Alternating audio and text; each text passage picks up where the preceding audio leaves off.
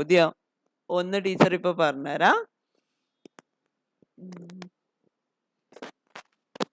ജനുവരി 1 ബുധനാഴ്ചയാണെങ്കിൽ ആ മാസത്തിൽ എത്ര ബുധനാഴ്ചകളുണ്ട്? അപ്പൊ നമ്മൾ ആൻസർ കൊടുക്കണം 5. ഓക്കെ. ജനുവരി 4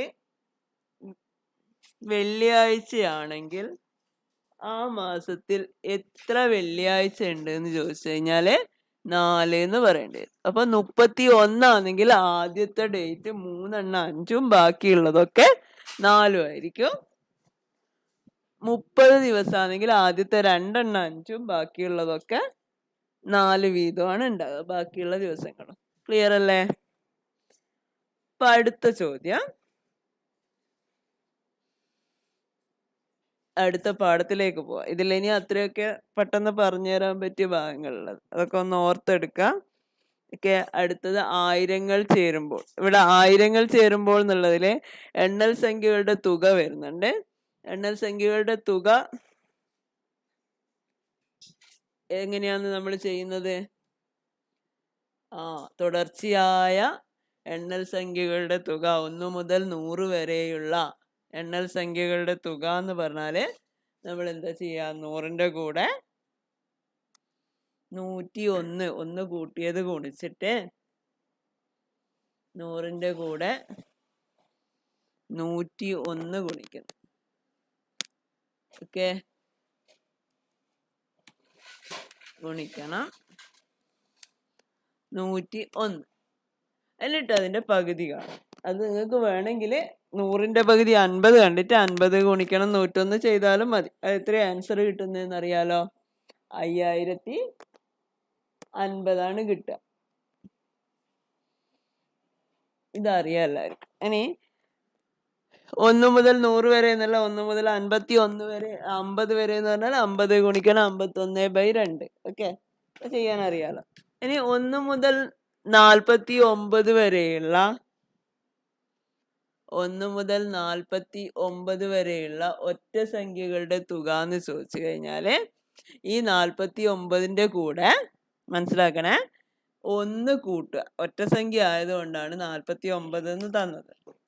അപ്പൊ അതിന്റെ കൂടെ 1 കൂട്ടിയാൽ എത്ര കിട്ടുക? 50. 50ന്റെ പകുതിയാണ് അതിലുള്ള ഒറ്റ സംഖ്യകളുടെ എണ്ണം. അപ്പൊ 50ന്റെ പകുതി 25 ഒറ്റ സംഖ്യകളാണ് 1 മുതൽ 49 വരെ ഉണ്ടാകുക. ആ 25നെ 25 കൊണ്ട് തന്നെ ഗുണിച്ചാൽ ഒറ്റ സംഖ്യകളുടെ തുക കിട്ടും. സംഖ്യകളുടെ എണ്ണത്തിനെ എണ്ണം കൊണ്ട് തന്നെ ഗുണിച്ചാല് നമുക്ക് എന്ത് കിട്ടുമോ? പറയ്. ഒറ്റ സംഖ്യകളുടെ തുക കിട്ടും. ഓക്കെ അല്ലേ? ഇനി ഇരട്ട സംഖ്യകളുടേതാവുമ്പോ 1 മുതൽ 50 വരെയുള്ള ഇരട്ട സംഖ്യകളുടെ തുക എന്ന് വരുമ്പോ നമ്മൾ എന്ത് ചെയ്യണം? എത്ര എണ്ണ ഇരട്ട സംഖ്യ ഉണ്ടാവുക? 25. 25 ഗുണിക്കണം 25ന്റെ കൂടെ 1 കൂട്ടുക. അപ്പൊ എത്രയാ? 26. 25 ഗുണിക്കണം 26 എത്രയാന്ന് കണ്ടുപിടിച്ച് നോക്ക്. 625ന്റെ കൂടെ 25. 25 ഗുണിക്കണം 25 625 ആണ്. ഇതിന്റെ കൂടെ 25 കൂടെ കൂട്ടിയാൽ 650 വരെ അല്ലെ? 25 ഗുണിക്കണം 25 ചെയ്ത് കാണിക്കണോ? വേണ്ടല്ലോ. അതൊക്കെ നിങ്ങൾക്ക് അറിയാൻ പറ്റും അല്ലെ? ഇത്ര ഒരു 625. അപ്പൊ ഒറ്റ സംഖ്യകളുടെ തുക 625, ഇരട്ട സംഖ്യകളുടെ തുക എത്ര വരിക? 650. അപ്പൊ ഇത്രയാണ് എണ്ണൽ സംഖ്യകളുടെ തുകയുമായിട്ട് ബന്ധപ്പെട്ടിട്ട് നിങ്ങൾക്ക് വരുന്ന ചോദ്യം. ഇനി അഥവാ ചോദ്യത്തില് 20 മുതൽ 100 വരെ ഉള്ളതെന്ന് തന്നിട്ടുണ്ടെങ്കിൽ നിങ്ങൾ 1 മുതൽ 100 വരെ ഉള്ളത് കണ്ടിട്ട് 21 മുതൽ 100 വരെ എന്നുള്ള ചോദ്യം വന്നിട്ടുണ്ടെങ്കിൽ, അഥവാ വന്നിട്ടുണ്ടെങ്കിൽ 1 മുതൽ 100 വരെ ഉള്ളത് കണ്ടിട്ട് 1 മുതൽ 20 വരെ ഉള്ളതും കാണാം. അത് രണ്ടും മൈനസ് ചെയ്താലേ കിട്ടും. ഓക്കെ അല്ലേ? പിന്നെ പൈസയായിട്ട് ബന്ധപ്പെട്ടിട്ടുള്ള കണക്കും ആയിരങ്ങൾ ചേരുമ്പോൾ എന്നുള്ളതിലുണ്ട്. അപ്പോൾ ഏതൊക്കെ പൈസയായിട്ട് ബന്ധപ്പെട്ടിട്ട് കൂടുതലൊന്നും പറയണ്ടില്ല. നോട്ടുകൾ മാറാനും ചില്ലറയാക്കാനൊക്കെ നിങ്ങൾക്ക് അറിയില്ലേ. ഇതിനെ പാറ്റേൺ പല വിധത്തിലും തരും. അപ്പൊ ആ പാറ്റേണുകൾ തമ്മിലുള്ള ബന്ധങ്ങൾ നിങ്ങൾ തിരിച്ചറിയണം. ഇപ്പം ഫോർ എക്സാമ്പിൾ ഒരു പാറ്റേൺ തരികയാണ് 1 4 അല്ലേ, പിന്നെയോ 9 16. ഈ പാറ്റേണിലെ അടുത്ത 2 സംഖ്യ എഴുതാൻ പറഞ്ഞാൽ നിങ്ങൾക്ക് എഴുതാൻ പറ്റൂലേ? അപ്പൊ ആദ്യം ഇത് തമ്മിലുള്ള ബന്ധം നോക്കണം. ഇത് 1 വന്നത്, ഓരോന്ന് 1, 2 2 4, 3 3 9, 4 4 16. അങ്ങനെ ആകുമ്പോ അടുത്തത് ഏതാ വരിക? 5 5 25. അടുത്തത് ഏതാ വരിക? 6 6 36. അതുപോലെ പാറ്റേണുകൾ തമ്മിലുള്ള ബന്ധം അറിഞ്ഞിട്ട് വേണം അതിന് ആൻസർ കൊടുക്കാൻ വേണ്ടിയിട്ട്. വേറെ ഒരു പാറ്റേണും കൂടെ ടീച്ചർ പറയാം. ഒരു പാറ്റേണിലെ തന്നത് 1 3 5 7. ഈ സംഖ്യയിലെ അടുത്ത സംഖ്യ നിങ്ങൾക്ക് അറിയാം, ഇത് കണ്ടാൽ തന്നെ ഇത് ഒറ്റ സംഖ്യയാണ്. അടുത്തത് 9. അടുത്തത് അഭാജ്യ സംഖ്യകളുടെ ഇത് തരാം. അഭാജ്യ സംഖ്യകളിൽ വരുമ്പോ 2, 3 അല്ലേ, 5. അടുത്ത അഭാജ്യ സംഖ്യ ഏതാന്നായിരിക്കും അവിടെ എഴുതേണ്ടത്. അപ്പൊ ഈ പാറ്റേണിലെ അടുത്ത നമ്പർ നോക്കാൻ പറഞ്ഞാൽ നിങ്ങൾ എന്ത് എഴുതൂ? 7 എഴുതും അല്ലെ. 7 കഴിഞ്ഞാൽ പിന്നെ ഏതാ വരുന്നത്? 7 കഴിഞ്ഞാല് 6 വരില്ല, അല്ല സോറി 8 വരില്ല, 9 വരില്ല. പിന്നെ ഏതാ വരിക? 10 ഇല്ല, 11 വരിക. അപ്പൊ 7ഉം 11 നിങ്ങൾക്ക് എഴുതി കൊടുക്കാൻ പറ്റും. ഓക്കെ അല്ലേ?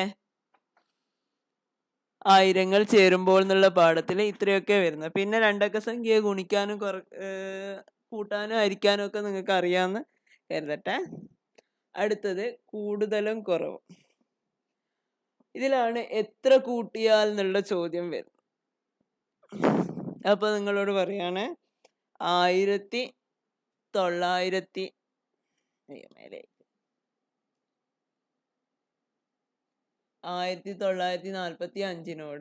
എത്ര കൂട്ടിയാൽ 1950 ആവും? അപ്പൊ നമുക്കറിയാം 1945 കൂടെ 5ഉം കൂടെ കൂട്ടിയാലാണ് എന്താവുന്നത്? 1950 ആവുന്നത്. അപ്പൊ ഇത് ചെറിയ ചോദ്യം. ഇതുപോലത്തെ കുറച്ചുകൂടെ ചെയ്യാനുള്ള ചോദ്യങ്ങൾ വരാം. ഓക്കെ, പാറ്റേൺ നമ്മളിപ്പോ പറഞ്ഞു കഴിഞ്ഞ്. ഗുണനം, പിന്നെ ആകെ എത്ര എന്നുള്ളതൊന്നും പറയേണ്ടതില്ല അല്ലെ. ഓരോ പുസ്തകങ്ങൾ പല സ്ഥലത്തുനിന്നും വാങ്ങിയത് അതൊക്കെ ഗുണിച്ചും കൂട്ടിയും ഒക്കെ നിങ്ങൾ ചെയ്യാം. അത് കൂടുതൽ പറയാനൊന്നുമില്ല. പിന്നെ ഇതിൽ വേറൊരു ചോദ്യം വരാൻ സാധ്യതയുണ്ട്. അതിപ്പോ തന്നെ എല്ലാരും ചെയ്തു നോക്കണേ. ഒരു കടയിൽ നിന്ന്, അല്ലെങ്കിൽ അങ്ങനെ വേണ്ട, 250 മുട്ടകൾ എഴുതി ചെയ്തു നോക്കണേ. 2 പാക്കറ്റുകളിലായി വെച്ചിരിക്കുന്നു. 2 പാക്കറ്റുകളിലായി വെച്ചിരിക്കുന്നു. അങ്ങനെയെങ്കിൽ ഒന്നാമത്തെ പാക്കറ്റിനേക്കാൾ 30 കൂടുതലാണ്. ഒന്നാമത്തതിനേക്കാൾ 30 കൂടുതലാണ് എന്തില്? രണ്ടാമത്തെ പേക്കിൽ. എങ്കിൽ രണ്ടാമത്തെ പേക്കിലെ മുട്ടകളുടെ എണ്ണാണ് നിങ്ങളോട് ചോദിക്കുന്നത്. എന്താ ചോദ്യം? 250 മുട്ടകൾ 2 പാക്കറ്റിലാക്കി. അതിൽ ഒന്നാമത്തെ പേക്കിനേക്കാൾ കൂടുതലാണ്, 30 കൂടുതലാണ് രണ്ടാമത്തെ പേക്കിൽ. അങ്ങനെ വരുമ്പോ നമ്മൾ എങ്ങനെ ചെയ്യണ്ടേ? 250-ൽ നിന്ന് എന്ത് ചെയ്യണം?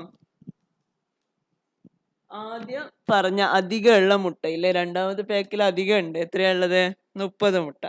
അപ്പൊ 250 ആ അധികമുള്ള മുട്ട കുറച്ച് കളയാം. ഓക്കെ, കുറച്ചാൽ നമുക്ക് 220 എന്ന് കിട്ടും. 220-നെ പകുതിയാക്കുക. 220-നെ 2 കൊണ്ട് ഹരിച്ചാൽ പകുതി കിട്ടും അല്ലെ. അതെത്രയാ? 110. അപ്പൊ ഒന്നാമത്തെ പെട്ടിയിലുള്ള മുട്ട നമുക്ക് കിട്ടും. അങ്ങനെയാണ് രണ്ടാമത്തെ പെട്ടിയിൽ എത്ര വരിക? 110-ന്റെ കൂടി 30 കൂട്ടിയ 140. ഇനി ഇത് കൂട്ടി നോക്കിയാൽ 140 110 എത്രയാണ്? 250 ആണ്. ഇതുപോലത്തെ ഒരു ചോദ്യം കൂടെ ടീച്ചർ തരാം. ഒരു ബോളിനും ബാറ്റിനും കൂടെ 350 രൂപയാണെങ്കിൽ, ഒരു ബോളിനും ബാറ്റിനും കൂടെ 350 രൂപയാണെങ്കിൽ അതിൽ 350 ബാറ്റിന് ബോളിനേക്കാൾ 60 രൂപ കൂടുതലാണ്.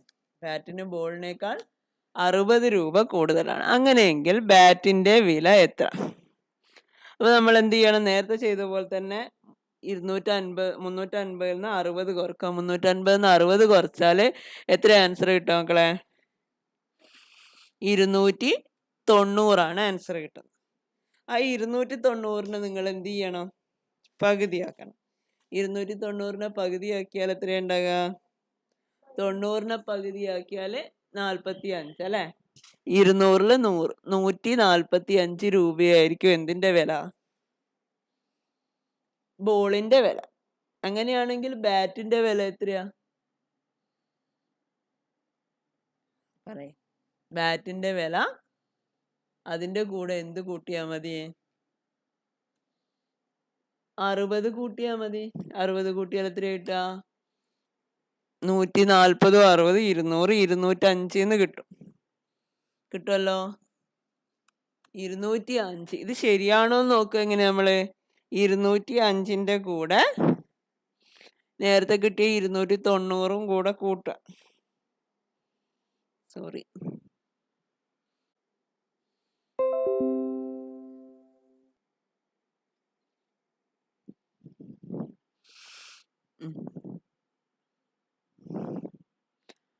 അടുത്ത പാഠം കൂടുതലും കുറവ്. എത്ര കൂട്ടിയാൽ പാറ്റേൺ ഗുണനം ആകെ എത്ര?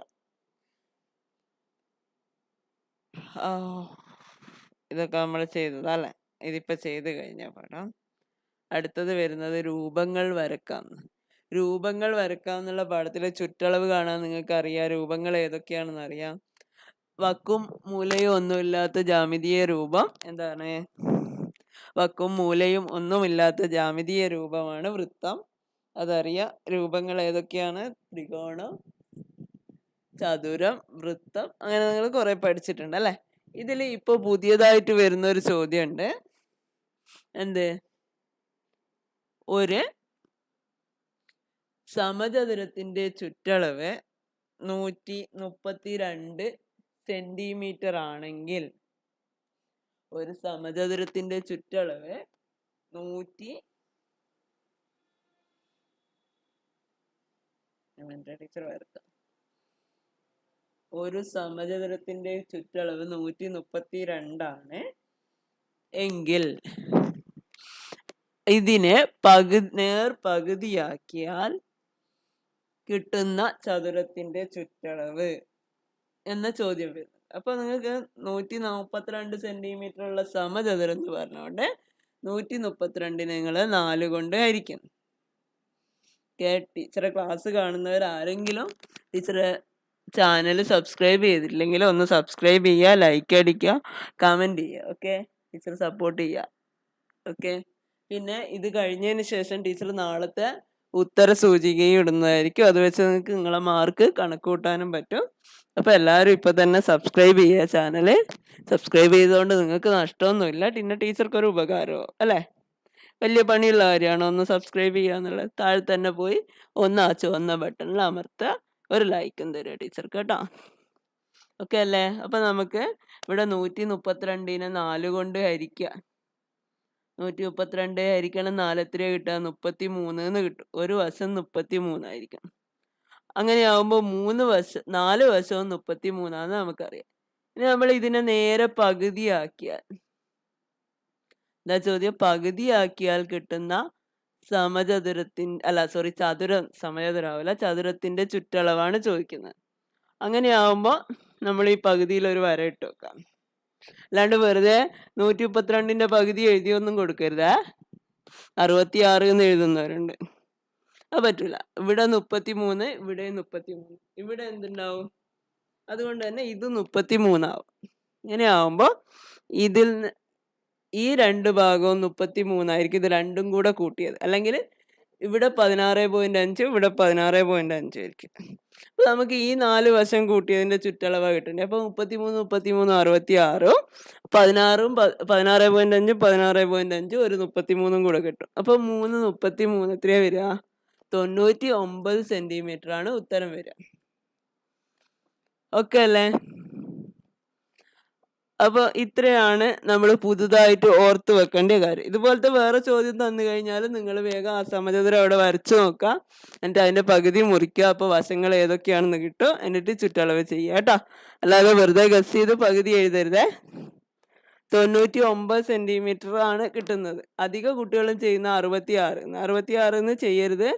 ആദ്യം ഇത് വരച്ചു നോക്കിയാലാണ് നമുക്കത് മനസ്സിലാവും അല്ലേ? വരച്ചു നോക്കിയാൽ അറിയാം. ഇവിടെ 3 33 വരും. മേലത്തതിനെ പകുതി ആക്കിയതുകൊണ്ട് 16.5 16.5 ആണ്. അത് 1 ആയിട്ട് കണക്കാക്കിയാൽ 3. എങ്ങനെ ആയാലും ഇങ്ങനെ ചെയ്ത് നോക്കിയാൽ ആൻസർ കിട്ടും.